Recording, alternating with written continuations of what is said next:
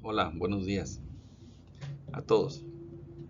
La siguiente presentación es parte del trabajo de la subcompetencia 3 de la actividad 1 de la materia Amparo, impartida por la doctora María de los Ángeles Sánchez López en la licenciatura en Derecho del Instituto de Investigaciones Jurídicas de la Universidad Autónoma de Chiapas.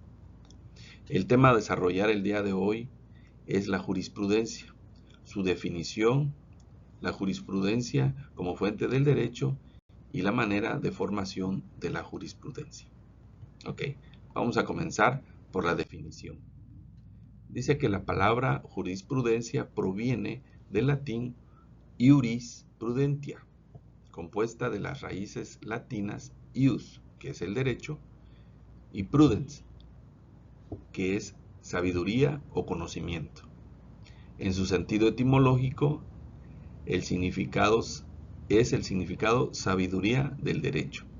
Ahora bien, dentro de lo que es el diccionario de la Real Academia de la Lengua Española, vamos a encontrar que dicha palabra proviene del latín ius prudentia, la cual puede entenderse como ciencia del derecho, o sea que es un conjunto de sentencias de los tribunales que contienen como criterio sobre un problema jurídico establecido por una pluralidad de sentencias acordes.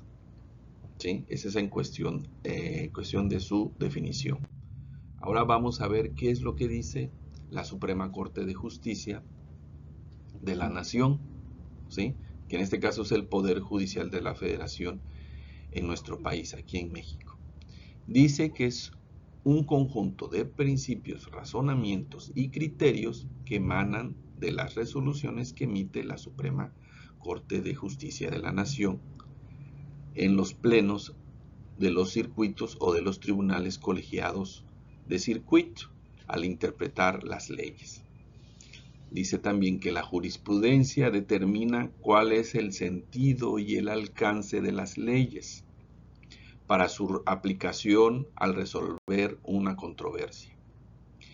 La jurisprudencia emitida por la Suprema Corte de Justicia de la Nación es de aplicación obligatoria para todos los tribunales y juzgados del país. Continuamos con la siguiente lámina.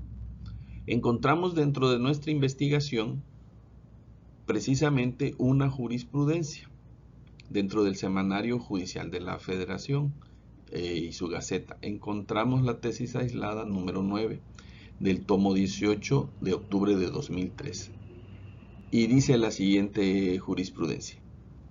La jurisprudencia es la interpretación de la ley de observancia obligatoria que emana de las ejecutorias que pronuncia la Suprema Corte de Justicia de la Nación, funcionando en pleno o en salas y por los tribunales colegiados de circuito.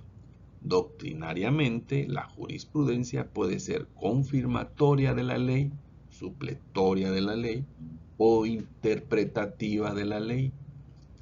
Mediante la primera, que es la supletoria, las sentencias ratifican lo preceptuado por la ley. En la supletoria, colma los vacíos de la ley, creando una norma que la complementa. Mientras que la interpretativa explica el sentido del precepto legal y pone de manifiesto el pensamiento del legislador. La jurisprudencia interpretativa está contemplada en el artículo 14 de la Constitución Federal, en tanto previene que en los juicios del orden civil la sentencia definitiva deberá ser conforme a la letra o a la interpretación jurídica de la ley. Y la jurisprudencia tiene una función reguladora consistente en mantener la exacta observancia de la ley y unificar su interpretación. Y como tal, es decir, en tanto constituye la interpretación de la ley, la jurisprudencia será válida mientras esté vigente la norma que interpreta. ¿Sí? Eso es en cuanto a la jurisprudencia, qué es lo que debe contener y qué es lo que significa una jurisprudencia según la Suprema Corte de Justicia de la Nación. En la siguiente lámina vamos a fundamentar cuáles son y de dónde provienen legalmente los tres tipos de creación de jurisprudencias, ¿sí? Entonces vamos para allá.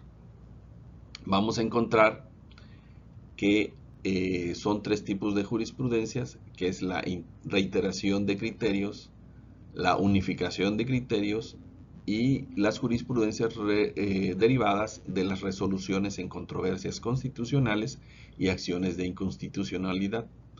Su fundamento legal de estos tres tipos de jurisprudencias las encontramos, para empezar, en el artículo 94 de la Constitución de los Estados Unidos mexicanos.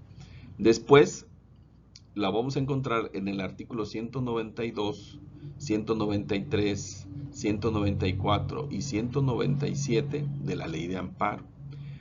También el fundamento para la creación de estas jurisprudencias, de estos tipos de jurisprudencias, vamos a encontrarla en el artículo 10, en el artículo 15, 21, 37, 177, 186, 232 al 237 de la Ley Orgánica del Poder Judicial de la Federación.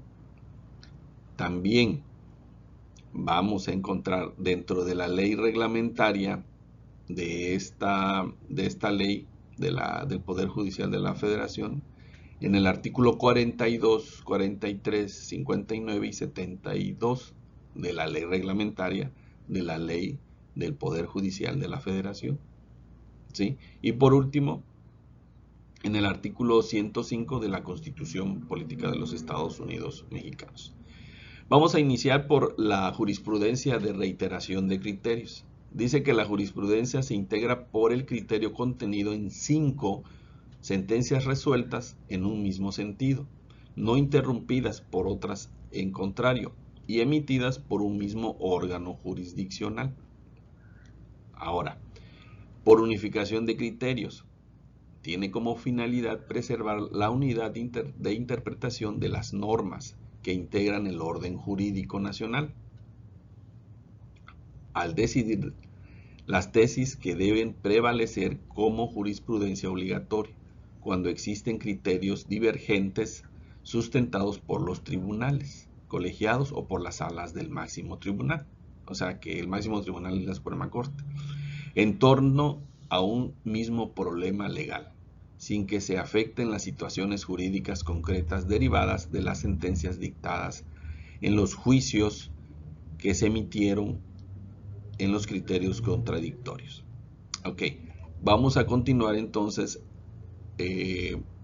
viendo acerca de cómo se realiza, cuál es su fundamento legal de las jurisprudencias por resoluciones en controversias constitucionales y acciones de inconstitucionalidad.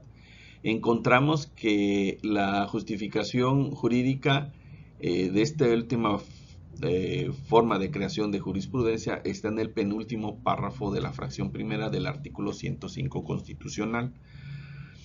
Las controversias constitucionales son derivadas de las disposiciones generales de los estados o de municipios impugnadas por la Federación. O sea, si dentro del texto de las disposiciones generales de los estados o municipios se opone al texto de la Constitución, esa oposición de los textos lo resuelve la Suprema Corte de Justicia de la Nación, y así, si las declarara inválidas, esta tendrá efectos generales cuando hubiera sido aprobada por una mayoría por lo menos de 8 votos.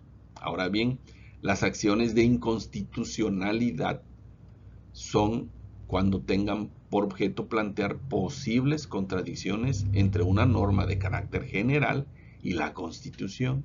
Las decisiones podrán tomarse por mayoría simple de los miembros presentes, pero será necesario ser aprobadas por la mayoría de cuando menos 8 votos para que tenga efectos generales, conforme a la fracción segunda del artículo 105 constitucional. Ahora bien, por último, presentamos la tesis jurisprudencial número 170 del apéndice de 2011, donde la Suprema Corte de Justicia de la Nación resuelve acerca de las sentencias en controversias constitucionales y acciones de inconstitucionalidad y de la obligatoriedad de los tribunales colegiados de circuito según el Acuerdo General 5/2001 del Pleno de la Suprema Corte de Justicia de la Nación. Esta jurisprudencia resuelva acerca de las controversias constitucionales y de las acciones de inconstitucionalidad y de cómo a nivel general deben de ser acatadas, o sea, por estados, municipios y obviamente la federación, pero también dentro de lo que es el Poder Judicial debe de ser acatada estas resoluciones de la Suprema Corte de Justicia de la Nación, y por eso la presento esta jurisprudencia dentro de este trabajo, ¿sí? Ahora, en conclusión, la jurisprudencia es una herramienta o un instrumento del derecho mexicano, la cual ha colaborado a resolver y profundizar el alcance y límite de la Constitución y de las leyes en general. Es entonces que la Suprema Corte de Justicia de la Nación es el Tribunal Constitucional en México, y su principal función es vigilar que las leyes y actos de autoridad se apeguen a la Constitución y no vulneren los derechos humanos de las personas. Ahora, con esto termino el video, la presentación, y me despido. Agradezco la atención del presente trabajo y pues les mando un saludo a todos donde se encuentren. Muchas gracias.